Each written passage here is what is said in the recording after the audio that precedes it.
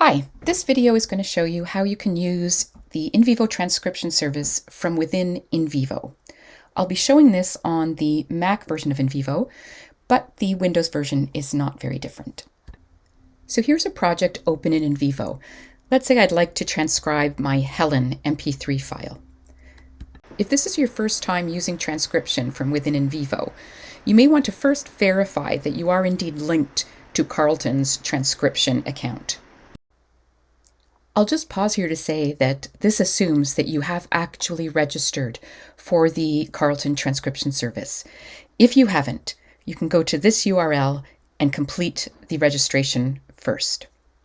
You can do this by going up to the very top menu, click on File, My NVivo, and what you want to see is a check mark next to that Carleton University account.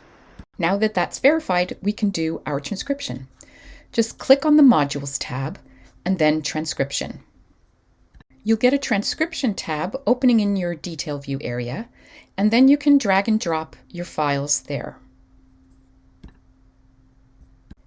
Because I'm already logged into my NVivo portal account, it's immediately uploading my MP3 file to the transcription server.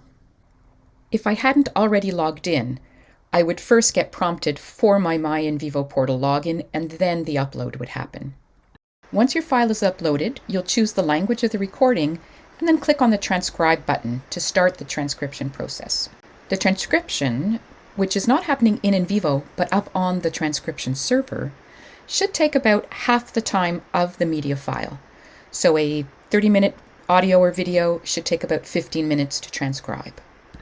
One of the differences in the Windows version is that once the transcription is completed, this will automatically update to allow you to review your transcript.